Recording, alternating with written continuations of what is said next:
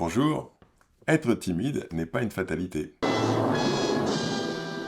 En fait, on peut être timide pour différentes raisons. On peut être timide parce qu'on manque de confiance en soi, parce qu'on a un sentiment d'infériorité, parce qu'on a l'impression que ce qu'on va dire, c'est pas très intéressant, ou même tout simplement parce qu'on n'a pas le mode d'emploi pour parler aux autres. Mais quelle que soit la raison ou l'origine de ta timidité, dans cette vidéo, je te donne le mode d'emploi pour faire baisser cette timidité progressivement. Bon alors, si je parle de timidité, c'est parce que moi, quand j'étais jeune, j'étais vraiment très timide. J'avais du mal à prendre la parole en groupe, j'avais du mal à prendre la parole en classe, simplement, ou dans les groupes à la récréation. C'était très compliqué pour moi. Et je me rappelle qu'à l'école, une année, j'avais été passer 3 semaines en Angleterre pour essayer d'améliorer mon anglais. Ma mère m'avait absolument insisté pour que je parte améliorer mon anglais. Et donc, en septembre, quand je redémarre les cours, je suis interrogé en anglais, et puis je réponds mieux que d'habitude, avec un bon accent. Be you.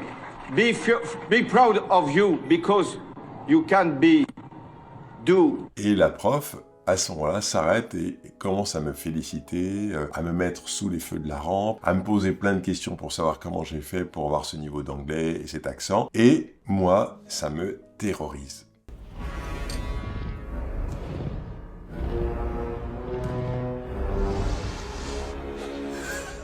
Ça me terrorise que d'un seul coup, je sois à ce point visible, alors que c'est compliqué pour moi de prendre la parole devant tout le monde. Et ensuite, j'ai plus jamais ouvert la bouche pendant ce cours et toutes les années suivantes.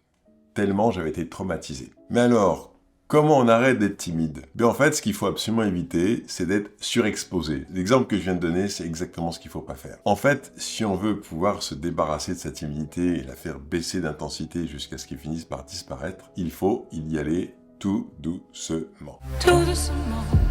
Et en fait, de respecter un certain nombre d'étapes. Alors, il y a 3 choses à savoir quand on veut travailler sur sa timidité. La zone de confort, la zone de risque, la zone de danger. La zone de confort, c'est ce que tu fais déjà. C'est quand tu parles avec tes amis et que tu te sens en confiance. C'est quand tu parles, dans certains cadres, par exemple, l'environnement familial, à table, où là, tu te sens très à l'aise. Ça peut être aussi dans des activités que tu aimes et dans lesquelles tu as appris tes habitudes et tu es très à l'aise. Ça, c'est la zone de confort. La zone de risque, c'est la zone où tu vas t'aventurer justement en dehors de cette zone de confort. C'est-à-dire que tu vas faire quelque chose que tu ne fais pas d'habitude. C'est dans cette zone de risque que tu peux progresser. En revanche, il faut faire extrêmement attention de ne pas mettre les pieds dans la zone de danger. La zone de danger, c'est quand tu fais quelque chose qui te fait sentir tellement mal que tu te dis « je recommencerai jamais ». Par exemple, ce que je viens de raconter sur le cours d'anglais, c'est exactement ce qu'il fallait pas faire. Si la prof avait senti à quel point j'étais timide, elle aurait pris ma réponse et elle aurait continué son cours.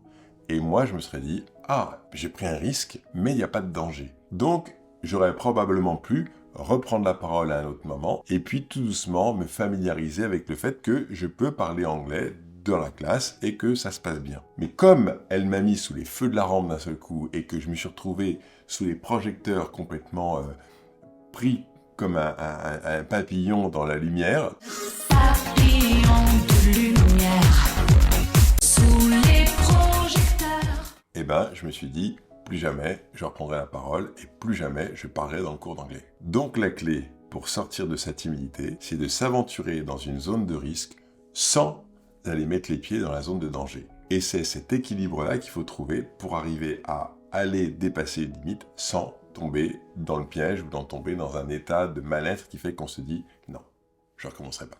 En fait, pour sortir de sa timidité, il faut multiplier les situations dans lesquelles on va pouvoir prendre un risque, du coup, de pouvoir se sentir de plus en plus à l'aise dans plein de situations différentes. Moi, je me rappelle vraiment d'une situation qui m'a vraiment aidé à faire baisser ma timidité, c'est quand j'étais en première, où en fait, j'ai déjà raconté dans une vidéo où en fait, j'ai pris des cours par correspondance pour l'année de ma première, et du coup, je travaillais toute la journée, et à 5 heures, j'en pouvais plus. Et donc moi, j'avais qu'une envie, c'est d'aller voir les autres, parce que j'avais passé ma journée tout seul, donc j'avais envie d'aller voir les autres. Sauf que les autres arrivaient à 5 heures du soir, ils rentraient chez eux, et la première chose qu'ils devaient faire, c'est leur devoir. Et donc, ils n'étaient pas disponibles. Et à l'époque, c'était la période où, en fait, il y avait toutes les radios libres qui sortaient. On était en 1982. Et avec mes frères, le dimanche après-midi, on animait une émission de radio qui s'appelait « Les Chroniques du Roi Fou », perdu dans l'abîme du temps. Et donc, je connaissais cette radio, et j'avais découvert que tous les soirs, de 18h à 20h, il n'y avait personne pour prendre l'antenne. C'est normal, puisque tous les jeunes, ils étaient en train de faire leurs devoirs, et donc personne n'était disponible pour ça. Donc moi, j'étais disponible, et je me suis dit, ça va pas être une super idée d'aller, comme ça, animer cette émission de radio. Et donc de 18h à 20h, pendant presque un an, j'ai animé tous les soirs mon émission. Et je démarrais toujours avec la musique Abacab de Genesis.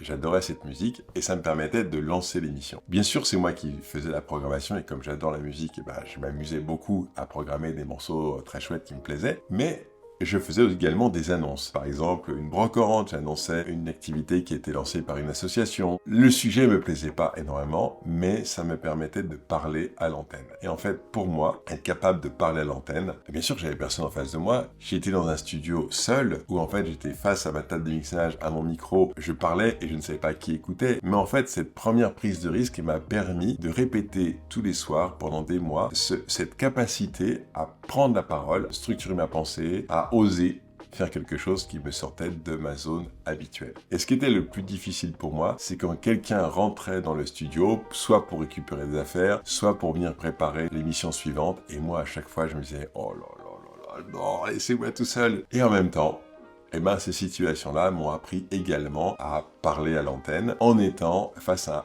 quelqu'un qui m'écoutait raconter ce que je racontais. Et donc, ça fait partie des choses vraiment essentielles qui m'ont aidé à dépasser ma timidité. Bien sûr, on peut faire plein d'autres choses pour sortir de sa timidité. Par exemple, du théâtre. Prendre des cours de théâtre avec un prof qui a compris ta timidité et qui va tout doucement te permettre de prendre ta place, et c'est extraordinaire. Jouer de la musique, par exemple, en groupe.